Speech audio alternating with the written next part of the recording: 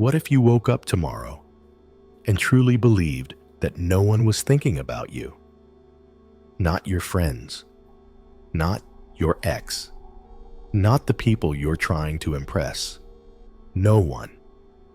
Would you feel free, or would you panic? That silence you imagine, the absence of eyes on you, the disappearance of the invisible audience. What if that's the real world and you've been living in a hallucination your entire life? We spend years inside the cage of other people's imaginations.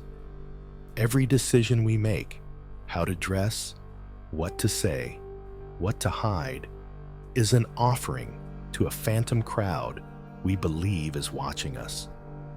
But the moment you realize no one's really watching, the walls collapse, and what's left is terrifying.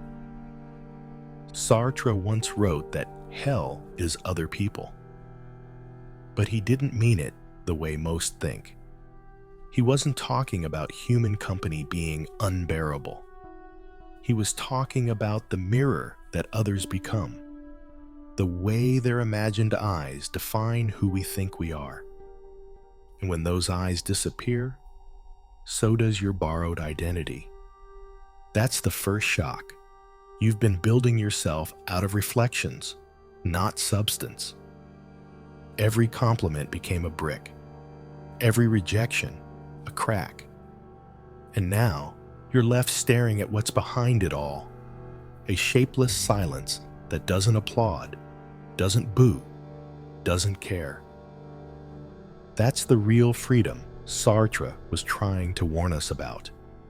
Freedom without witnesses, existence without validation, being without anyone to notice. It sounds liberating until you experience it. Because when the crowd fades, so do the excuses. You can't hide behind how others see you. You can't rely on their gaze to tell you who you are. You are thrown back into the raw, unfiltered truth of existence.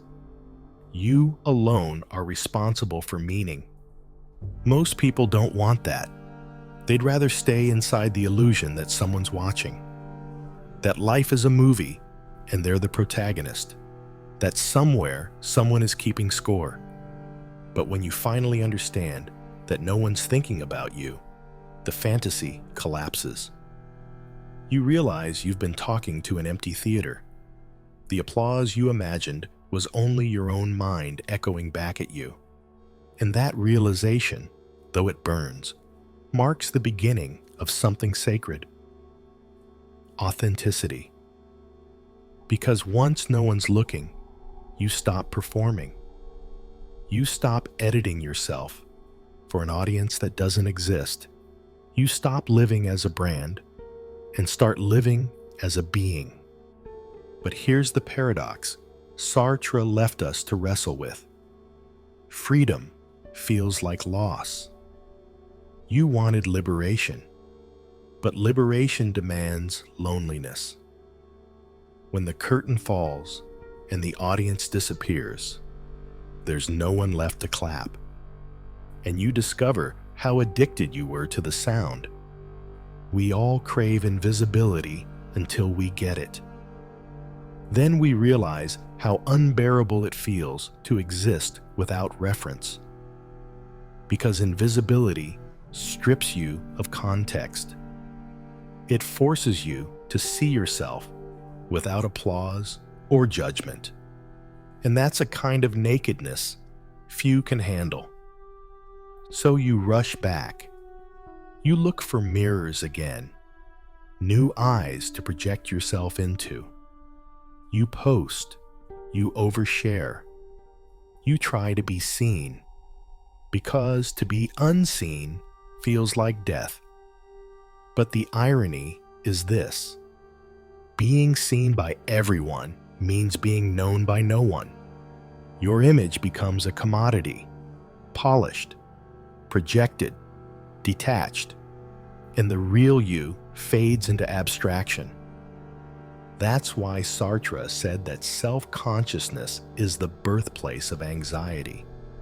Because the moment you start to see yourself being seen, you split. You become both actor and audience.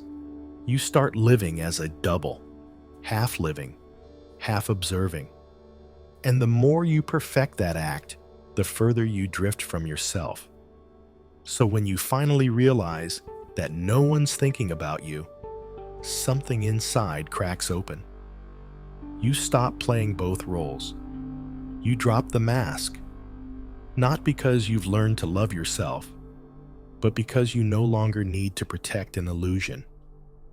You start to see how much of your suffering was self-inflicted, how much energy you wasted crafting an image no one was really paying attention to. Because the truth is brutal, but simple. People are too busy fighting their own inner wars to care about yours. Every person you meet is trapped in their own spotlight, their own imaginary stage, convinced everyone's watching them. We're all actors in different theaters with no audience, each one performing for ghosts. And that's why realizing no one's thinking about you isn't a tragedy.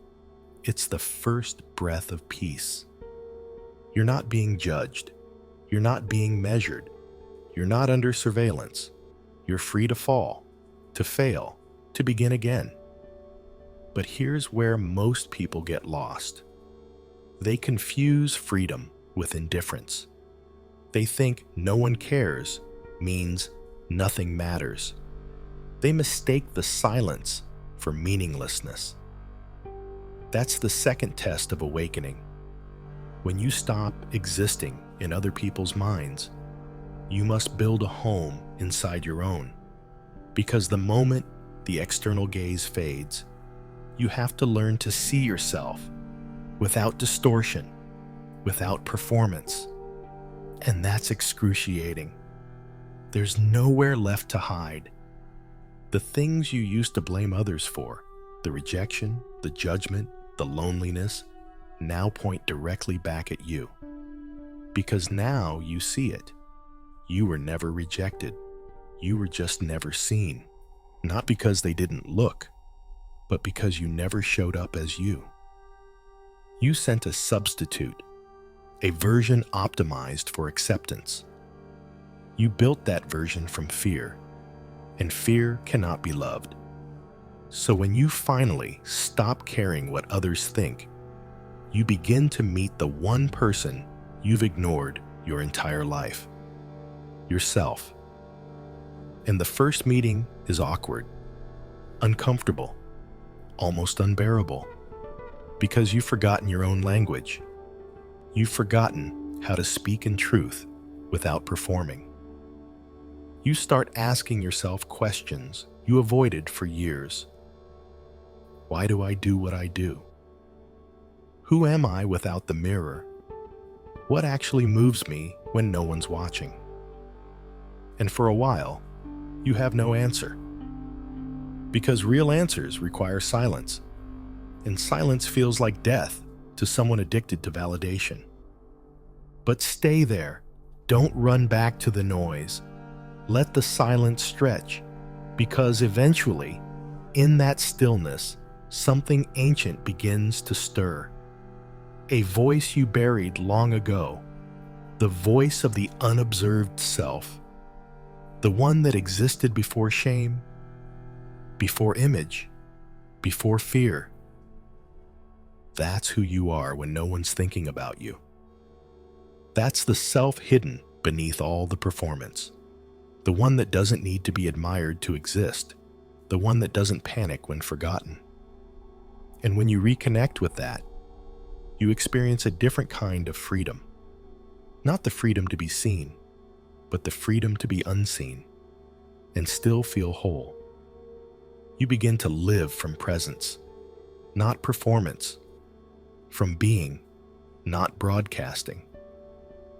And everything changes. Conversations become lighter. You stop calculating how you're being perceived. You stop replaying every interaction in your head like a paranoid director reviewing a failed scene, because you understand now. No one's watching your movie. Everyone's too busy editing their own. And in that realization, compassion awakens. You stop expecting others to understand you perfectly because you see their loss too. You stop resenting judgment because you see it for what it is: projection. You stop taking things personally because you understand there's nothing personal about other people's fears. When you stop caring what others think, you don't become careless. You become clear. You start doing things not for recognition, but for resonance. Not to be liked, but to be aligned. Not to impress, but to express. And that shift rewires everything. Because meaning stops coming from outside and starts being made from within. That's the moment Sartre's philosophy stops being depressing and starts being divine. Existence precedes essence. You are not defined by how others perceive you. You define yourself, moment by moment, through the choices you make when no one's watching. And yes, it's lonely at first. The silence feels endless. But if you keep walking through it, you start to hear something else. Something deeper than approval. You hear your own truth. You realize that solitude isn't emptiness. It's clarity. It's not that no one cares about you. It's that caring can't define you. And when you no longer need to be defined, you begin to live. But let's not romanticize it. Freedom without witnesses has a cost. When you stop performing, some people will leave. The ones who loved your mask will vanish when you take it off. And that's how you'll know it's working. Because authenticity filters your life. It burns away everything built on pretense. And what remains is raw but real. You'll lose the comfort of false admiration, but gain the peace of self-respect. You'll lose some noise, but gain silence you can trust. You'll lose the stage, but find a home. The day you finally realize no one's thinking about you is the day you start thinking for yourself. That's the birth of autonomy. That's the day the puppet cuts its own strings. You stop seeking reflection and start becoming light. You stop asking for permission to exist and start walking as if you already do. And you realize something subtle but powerful. It was never about being seen. It was about being real. The tragedy of our time is that everyone's desperate to be noticed, but no one's brave enough to be known. We share fragments of ourselves, but not our truth. We trade presence for attention and call it connection. But attention fades. Presence remains. And when you're no longer performing, presence becomes your quiet rebellion. You become the kind of person who can sit in silence and feel full. You no longer need to chase the illusion of importance because you found significance in simply being alive. And maybe that's what Sartre meant by responsibility. The realization that life has no meaning except the one you give it. That no one's coming to save you, applaud you, or remember you. And that's not tragic. That's sacred. Because when you stop living for their gaze, you start living for the moment. You start noticing details you ignored before. The taste of coffee, the light shifting across a wall, the sound of your own breathing. You stop rehearsing conversations that never happened. You start living the ones that are, and slowly, you stop needing to matter. You stop needing to be special. Because being real feels better than being admired. You don't need to vanish to escape the gaze of others. You just need to stop feeding it. Stop performing for ghosts. Stop editing yourself into something digestible. You were never meant to be understood by everyone. You were meant to understand yourself. And that's enough. So the next time you feel the anxiety of being watched, remember, it's a mirage. They're not thinking about you. They're thinking about themselves, just like you used to. And when you let that truth sink in, you'll feel a strange kind of peace wash over you. Not happiness, not excitement, just calm.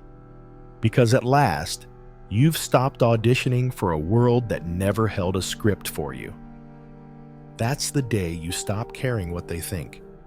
And that's the day you start becoming who you are. If this hit you, remember, this is Psyche Nomad, where we turn illusion into insight and shadow into clarity. Subscribe and keep walking with us into the dark until it starts to make sense.